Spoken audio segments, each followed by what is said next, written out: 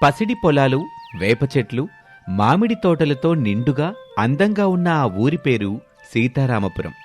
ఆ ఊళ్ళో ప్రతి సంవత్సరం వచ్చే ఉగాది పండుగని ఎంతో ఆనందంగా జరుపుకుంటారు. అందుకు కారణం ఆ ఊరికి సర్పంచ్గా పెద్ద దిక్కుగా ఉన్న భూషణం గారు. గొప్ప మనసున్న వ్యక్తి. ఆకలి బాధ, కష్టం విలువ, పంటల అవసరమూ తెలిసిన మహనీయుడు. ఒక రోజున గోపయ్య అనే రైతు డబ్బులు తీసుకుని వచ్చాడు. ఏంటి గోపయ్య, ఇలా వచ్చావు? బాబుగారు, తమరి దగ్గర పెట్టుబడి సహాయం తీసుకొని తమరు చెప్పిన పంటని వేశాను. మంచి లాభం వచ్చింది. తమరి దగ్గర తీసుకున్న పెట్టుబడి డబ్బుల్ని తిరిగిద్దామని వచ్చానయ్యా. చాలా సంతోషం గోపయ్య. కుటుంబం మొత్తం ఆనందంగా ఉన్నారు కదా? మీ దయ వల్ల మేమంతా చాలా అంటే చాలా సంబరంగా ఉన్నాం బాబు. ఈ డబ్బులు తీసుకోండయ్యా అని ఇచ్చాడు గోపయ్య. భూషణం ఆ డబ్బులు తీసుకున్నాడు. గోపయ్య, ఇప్పుడు ఏ పంట వేద్దాం అనుకుంటున్నావు? బాబుగారు, ఏ రైతు ఏ పంట ఎత్తే బాగుంటుందోనని ఊరాళ్ళని పిలిచి చర్చబెట్టే ఓళ్ళు తమరు. మా రైతుల సమస్యలు శ్రద్ధగా వినేవాళ్ళు తమరు. అందుకు తగిన సలహాలు సూచనలు చెప్పి విత్తనాలు ఇస్తారు. మీరేం చెప్తే అదే వేస్తానయ్యా అని గోపయ్య చెప్తూ ఉండగా ఇంట్లో నుంచి భూషణం భార్య అన్నపూర్ణ వచ్చింది. బాగున్నావా గోపయ్య? బావున్నాను తల్లి. రాదమ్మా ఇంటి దగ్గర ఏం కూర చేసింది? నిన్న తమరిచ్చిన సొరకాయ చేసింది అమ్మగారు. కూర చేసిన తర్వాత నీతో పంపమని రాధమ్మకి చెప్పానే, ఏదో పనిలో పడి మర్చిపోయినట్టుంది. సరేలే గోపయ్య, సాయంత్రం వచ్చేటప్పుడు మన ఆకుకూరల తోటలో నుంచి గోంగూరని తీసుకురా. మీ అయ్యగారు గోంగూర పచ్చడి చేయమన్నారు. తప్పకుండా తీసుకొస్తాను అమ్మగారు అని చెప్పి గోపయ్య వెళ్ళిపోతాడు. ఏవండి, పట్నంలో ఉంటున్న కొడుకు కోడలు ఈ ఉగాదికైనా వస్తున్నారేమో తెలుసుకోవచ్చు కదా. పూర్ణ, ప్రతి ఏడాదికి ఉగాది వస్తుంది వెళ్తుంది. మన కొడుకు కోడలు మాత్రం మనమెంత ఆశగా ఎదురు చూసినా రారు. ఇక తెలుసుకోవటం ఎందుకు చెప్పు అని చెప్పగానే అన్నపూర్ణ బాధగా ఏమీ మాట్లాడలేకపోయింది. అన్నపూర్ణ, నేనలా ఊళ్ళోకి వెళ్ళొస్తాను అని భూషణం ఇంట్లో నుంచి బయలుదేరి ఊరిలో నడుస్తూ ధనిక పేద అనే భేదం చూడకుండా ప్రతి ఒక్కరితో నవ్వుతూ మాట్లాడుకుంటూ ముందుకు వెళ్తుంటాడు. అలా కొన్ని రోజులు గడిచాయి. ఈ ఏడాది జరుపుకునే ఉగాది పండక్కి ఇంకా 2 రోజులుండగానే పట్నంలో కాపురం ఉంటున్న సుధాకర్, వైదేహి వచ్చారు. వాళ్లని చూసి భూషణం, అన్నపూర్ణ ఎంతో మురిసిపోయారు. ఇద్దరితో సంతోషంగా మాట్లాడుకుంటూ ఉండగా రామయ్య, లక్ష్మి, శేషయ్య, సరస్వతి, రవి, భీముడు అనే పేర్లు గల 6 వ్యక్తులు అక్కడికొచ్చారు. బాబుగారు, బాబుగారు అని పిలిచాడు రామయ్య. ఇంట్లో నుంచి సుధాకర్ బయటకొచ్చి 6 చూశాడు. ఎవరు మీరు? ఏం కావాలి? అబ్బాయి గారు, మమ్మల్ని షడ్రుచులు అంటారు. నాన్నగారికి చెప్పండి అని రామయ్య చెప్పాడు. సుధాకర్ ఆశ్చర్యంగా, షడ్రుచులేంటి? అయ్యగారికి అర్థమవుతుంది, ఎల్లి చెప్పండి బాబు అని రామయ్య చెప్పగానే సుధాకర్ ఇంట్లోకి వెళ్ళి భూషణంతో, నాన్నా, ఎవరో షడ్రుచులంట, మీకోసం వచ్చామని చెప్పమన్నారు అని చెప్పాడు. షడ్రుచులేంటి మావయ్య? చెబుతాను పదండి అని ఇంట్లో నుంచి వాళ్ళని తీసుకొని బయటున్న 6 దగ్గరికి వచ్చాడు. అందరూ భూషణాన్ని చూసి నమస్కారం పెట్టారు. అందరికీ నమస్కారం. అందరూ బావున్నారుగా? బావున్నాం బాబు. బావుగారు రమ్మని కబురిట్టారు. ఏమైంది బాబు? బాబు సుధాకర్, అమ్మా కోళ్ళ, ఉగాది పచ్చడిలో ఉన్న 6 రుచులు ఎలా జీవితం మొత్తాన్ని సూచిస్తాయో ఈ ఊరిలో ఉంటున్న ఈ 6 వ్యక్తులు కూడా అలాగే జీవితం యొక్క విభిన్న రంగుల్ని చూపిస్తారు. అర్థం కాలేదు మావయ్య.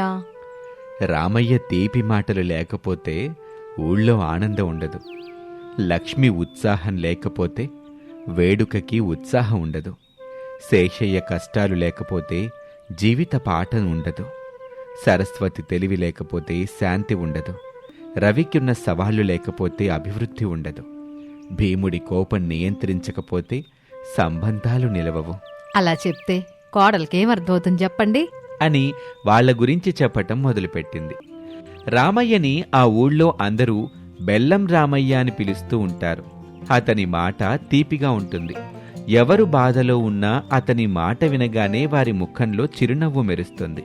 ఒకసారి పొలంలో పంట పాడై చంద్రయ్య బాధపడుతూ ఉంటే ఆ రైతు దగ్గరికి రామయ్య వెళ్ళి, పంట పోతే పోని, మన ధైర్యం పోకూడదు. కష్టం తరువాత సుఖం, దుఃఖం తరువాత ఆనందం, ఎండాకాలం తరువాత వానాకాలం తప్పకుండా వస్తాయి అని చెప్పాడు. అతని మాటలు బెల్లంలాంటి తీపి. చంద్రయ్య అర్థం చేసుకున్నాడు. అందుకే అతను ఆనందానికి ప్రతీక అంటారు. ఇక లక్ష్మి ఆ ఊళ్ళో సేవా కార్యక్రమాలు చేస్తూ ఉండేది. ఏ పని చేసినా ఉత్సాహంగా చేసేది. ఊళ్ళో ఎక్కడైనా పండుగ, పెళ్లి, వేడుక ఉంటే ముందుండేది. జీవితం ఉప్పు లాంటిది. కొంచెం ఉప్పు లేకపోతే వంట రుచి ఉండదు. అట్టగే ఉత్సాహం లేకపోతే జీవితపు రుచి కూడా ఉండదు అని చెప్పేది లక్ష్మి. ఆమె ఉత్సాహం ఊరికి కొత్త ఊపిరి పోసేది. ఇక శేషయ్య అనే రైతు తన జీవితంలో ఎన్నో కష్టాలు చూశాడు. అప్పులు, పంట నష్టాలు, కుటుంబ సమస్యలు అన్నిటినీ ఎదుర్కొన్నాడు. కానీ ఆయన ఎప్పుడూ వేప పువ్వు చేదుగానే ఉంటుంది, కానీ అది ఆరోగ్యానికి మంచిది, అట్టాగే కష్టాలు కూడా మనల్ని బలంగా చేస్తాయి అని చెప్పేవాడు. అతని జీవితం వేప పువ్వు లాంటిది, చేదుగానే పాఠాలు నేర్పింది. ఇక సరస్వతి, ఆమె గ్రామ పెద్దమ్మ, ఎంతో తెలివైంది. ఎవరి మధ్య గొడవలొచ్చినా ఆమె దగ్గరికే వచ్చేవారు. ఆమె మాటలు కొంచెం పులుపుగా ఉన్నా నిజమనిపించేవి. పులుపు రుచిని సరిగ్గా కలిపితే వంట రుచిగా ఉంటది. జీవితంలో కూడా కొన్ని పరిస్థితుల్లో తెలివిగా వ్యవహరించాలి అని చెప్పేది. ఆమె చింతపండు లాంటి వ్యక్తి, పులుపున్నా ప్రయోజనం ఉంటుంది. ఇక రవి అనే యువకుడు పట్నం నుంచి గ్రామానికొచ్చాడు. కొత్త పద్ధతుల్లో వ్యవసాయం చెయ్యాలని ప్రయత్నించాడు. మొదట్లో అందరూ నవ్వారు. ఇవి పచ్చి మామిడి ముక్కలే, కొత్తగా ఉంటాయి, కొంచెం వగరుగా ఉంటాయి, కానీ రుచిని పెంచుతాయి. కొత్త పద్ధతులు కూడా అంతే అని చెప్పేవాడు. కొన్ని నెలల తర్వాత అతని పద్ధతి వల్లే పంట బాగా పండింది. కొత్త సవాళ్లు గ్రామానికి అభివృద్ధిని తెచ్చాయి. ఇక భీముడు, అతను కమ్మరి, కొంచెం కోపిష్టి. చిన్న విషయం జరిగినా కోపం ఇట్టే వచ్చేది. అందరూ అతన్ని కారం భీముడు అని పిలిచేవారు. ఒకసారి పనిలో పొరపాటు జరిగినప్పుడు అతను కోపంతో మాట్లాడాడు. కారం ఎక్కువైతే వంట తినలేం, కానీ తర్వాత గ్రహించాడు. అతను మారాడు. ఇక ఆ రోజు ఊళ్ళో ఉగాది పండుగ. ఊరివాళ్లు భూషణం ఇంటికొచ్చారు. భీముడు కొత్త కుండను తీసుకొచ్చాడు. రామయ్య కొత్త బెల్లంతో వచ్చాడు. రవి కొత్త మామిడికాయలను పట్టుకొచ్చాడు. సరస్వతి పెద్దమ్మ కొత్త చింతపండును తెచ్చింది. శేషయ్య ఈ ఏడాది పూసిన వేప పువ్వుని పట్టుకొచ్చాడు. లక్ష్మి ఉప్పుతో వచ్చింది. అందరూ కలిసి సరదాగా మాట్లాడుకుంటూ ఉగాది పచ్చడి తయారు చేశారు. ఈ పచ్చల్లోని ప్రతి రుచి మన జీవితంలోని ఒక భావం. ఈ ఆరుగురు మన ఊరి రుచులు. జీవితం ఉగాది పచ్చడి లాంటిది. ఆనందం మాత్రమే కాదు, కష్టాలు కూడా అవసరం. కోపం కూడా పరిమితిలో ఉంటేనే మంచిది. కొత్త సవాళ్లు అభివృద్ధికి దారి తీస్తాయి. తెలివిగా వ్యవహరించటం శాంతిని తెస్తుంది. ఉత్సాహం జీవితపు రుచిని పెంచుతుంది అని చెప్పాడు. లక్ష్మి, కమల, పచ్చడి తాగించాలు, ఇక పిండి వంటలు చేద్దాం పదండి అని వాళ్లతో అన్నపూర్ణ పిండి వంటలు చేయించటం మొదలుపెట్టింది. ఒక పక్కన ఉగాది పిండి వంటలు, భక్ష్యాలు, పూర్ణంబూరలు, పులిహోర, బెల్లంగారెలు, వడపప్పు, పానకం, పాయసం వంటివి చేయిస్తూ ఉంటుంది. వాటి వాసన ఊరివాళ్లకు తినాలనే కోరికని మరింతగా కలిగించాయి. ఎవ్వరూ ఎక్కడికి వెళ్ళొద్దు, ఉగాది పిండి వంటలు తయారవుతున్నాయి. ఇప్పుడు పంతులుగారొచ్చి పంచాంగం చదివి చెప్తారు. పిండి వంటలు తింటూ పచ్చడి తీసుకొని పంచాంగం వినాలి. అలా వింటేనే అందరికీ ఆనందం, మన ఊరికి సంతోషం అని చెప్తాడు. పంతులుగారొచ్చి పంచాంగం చదివి చెప్తూ ఉంటారు. అలా ఆ ఊరు మొత్తం ఉగాది పండుగని ఎంతో ఘనంగా జరుపుకుంది. తూర్పుగోదావరి జిల్లాలోని చింతలపూడి గ్రామం అది. ఆ ఊరికి వెళ్ళగానే పచ్చని చెట్ల నీడలు, అందమైన ఇళ్ళు కనిపిస్తాయి. ఆ ఊళ్ళో ఉండే సదానందం మంచి మనసున్నవాడు, చేతనైన సహాయం చేసే గొప్ప గుణం ఉన్నవాడు.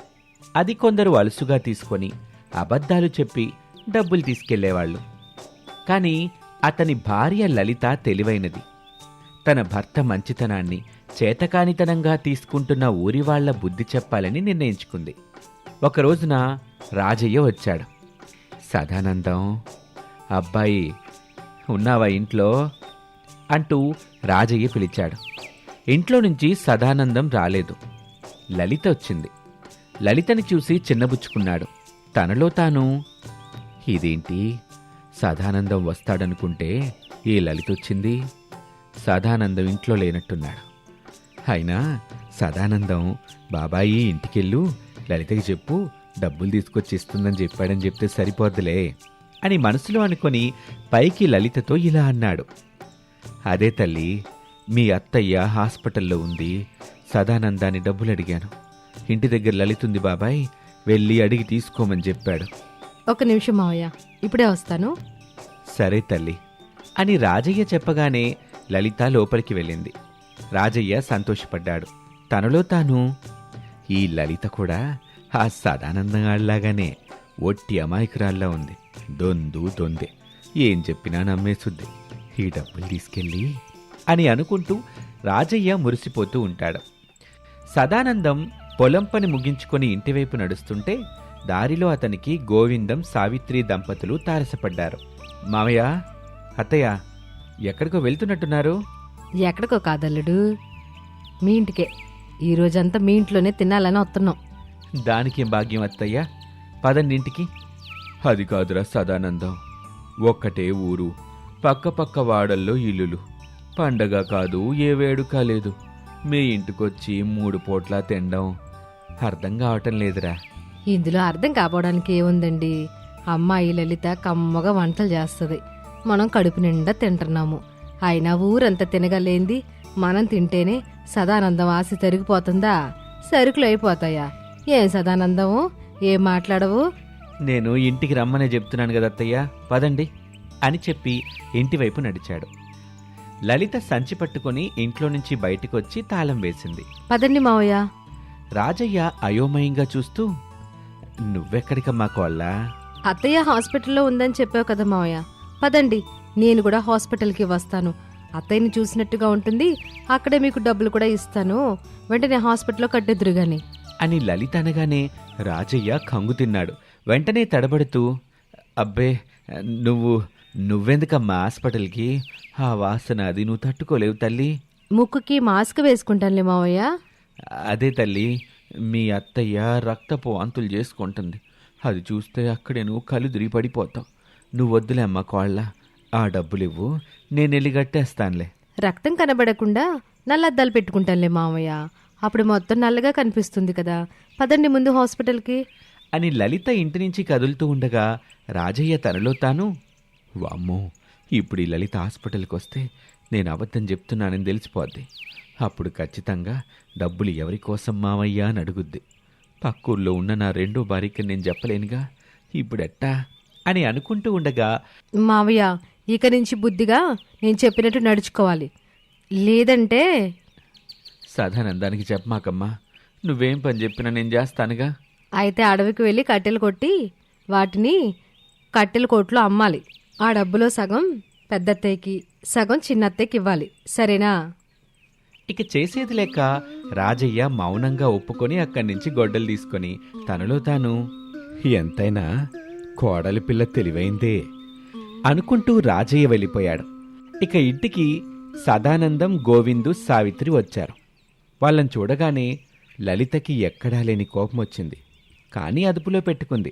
తనలో తాను, అబ్బా, ఏదో ఒక విధంగా ఈయన గారు ఎక్కడికైనా వెళ్తే బాగుండు, బాబాయ్ పిన్నిలా తిక్క కుదిర్చేదాన్ని.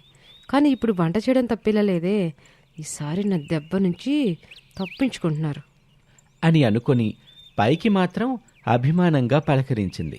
బాబాయ్, పిన్ని, ఏంటిలా వచ్చారు? ఈ రోజంతా మన ఇంట్లోనే ఉండి నీ చేతి వంటలు రుచి చూడ్డానికి వచ్చారు లలిత. అవునా, చాలా సంతోషం బాబాయ్. పక్క వీధిలోనే ఇల్లు, 10 ఎకరాల పొలం, వేలల్లో సంపాదన ఉండి కూడా కౌలు పని చేసుకుంటూ జీవించే మా ఇంట్లో ఏవి లేని పేదోళ్ళ తినడానికి వచ్చారా?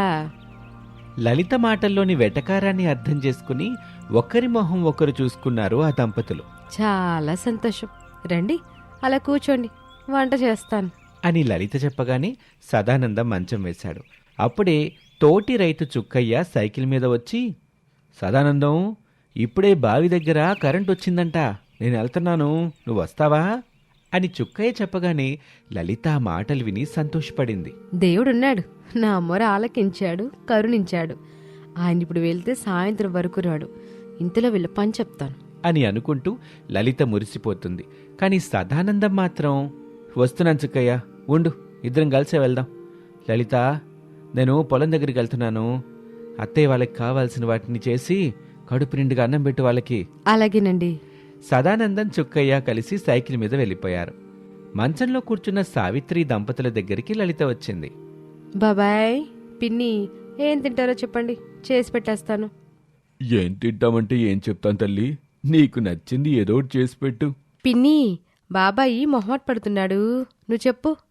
వంట కోసం ఆయరనపడ భక్తల్లి, పెళ్లి భోజనాలో కాకుండా సాదాసీదా భోజనాలో చేసే పాలకూర పప్పు, ఓ కూర చాలు. పప్పులో ఉల్లిపాయలు కాకుండా వెల్లుల్లి వేయి తల్లి, అయ్యైతే ఆరోగ్యానికి మంచిదిగా. ఒక మూకుడు అప్పడాలు, ఇంకో మూకుడు ఒడియాలు కూడా చేయి తల్లి. అట్టగే చారు పెట్టమ్మా, అప్పుడే అన్నం ముద్దగా కమ్మగా గొంతులోకి జారి కడుపులోకి వెళ్తుంది. అలాగే పిన్ని, మీరు ఇలా కూర్చొని మాట్లాడుకుంటూ ఉండండి అని లలిత లోపలికి వెళ్ళింది. గోవిందు సావిత్రి ఇద్దరూ ముచ్చట్లు పెట్టుకుంటూ ఉంటారు. లలిత ఇంట్లోకి వెళ్ళి పడుకుంటుంది. అలా సమయం గడుస్తూ ఉంటుంది. ఓ గంట దాటింది. ఏంటండి, లలిత తినడానికి ఇంకా పిల్లడం లేదు? నువ్వు చెప్పింది వెల్లిపాయ కారంగా సావిత్రి, ఇలా వెళ్ళి అలా చేసి పెట్టడానికి 10 రకాలుగా చెప్పావు, వాటిని ఎప్పుడూ తినని దానిలాగా. సావిత్రి ఏమీ మాట్లాడలేదు. సమయం గడుస్తూ ఉంటుంది. 2 గంటలు దాటింది. సావిత్రి దంపతులకి ఆకలవుతూ ఉంటుంది. నీరసంగా, వండండి, నేను ఇంట్లోకి వెళ్ళి లలిత ఏం చేస్తుందో చూసొస్తాను అని సావిత్రి ఇంట్లోకొచ్చింది. మంచం మీద పడుకున్న లలితని చూసింది. కోపం వచ్చింది. ఏమిటి తల్లి ఇది, వంటలు చేస్తానని చెప్పి ఇట్ట యువరానిలా పడుకున్నావు అని అరిచింది. గోవిందు ఆ అరుపు విని లోపలికి వచ్చాడు. లలిత బాధగా లేచి కూర్చుని, బాబాయ్, పిన్ని వంట చేయడానికి వెళ్తుంటే కాలు జారిపడ్డాను. కాలు చాలా నొప్పిగా ఉంది. నేను అరిచినా రాలేదు, పిలిచినా పలకలేదు. అతి కష్టం మీద లేచి మంచంలో పడుకున్నాను. అయ్యో తల్లి, మాకు వినపడలేదమ్మా. ఇప్పుడు ఎలా ఉంది నీకు? మాత్రేం వేసుకోలేదు, కట్టుకోడేం కట్టుకోలేదు బాబాయ్. చాలా నొప్పిగా ఉంది. అయినా మీకోసం వంట చేసి పెడతాను, వెళ్ళి కూర్చోండి. ఎంత బాధలు ఏం చేస్తావులే లలిత, పడుకో, నేను చేస్తాను. అది కాదు పిన్ని. నువ్వేం మాట్లాడుకు తల్లి, ఏం చేయాలో మీ పిన్నికి చెప్పు, చేసుద్ది అని చెప్పగానే లలిత తన మనసులో, నాకు కావాల్సింది కూడా అదే కదా పిన్ని అని అనుకుని పైకి మాత్రం, పిన్ని ముందైతే బట్టలు పిండేయండి, ఆ తర్వాత పెరట్లో ఉన్న గిన్నెలు తోమండి, ఇల్లు వాకిలి ఊడ్చేయండి. అప్పుడు స్నానం చేసుకుని వంట దగ్గరికి వెళ్ళండి. కమ్మని వంట చేసుకుని కడుపు నిండా తినండి అని చెప్పింది.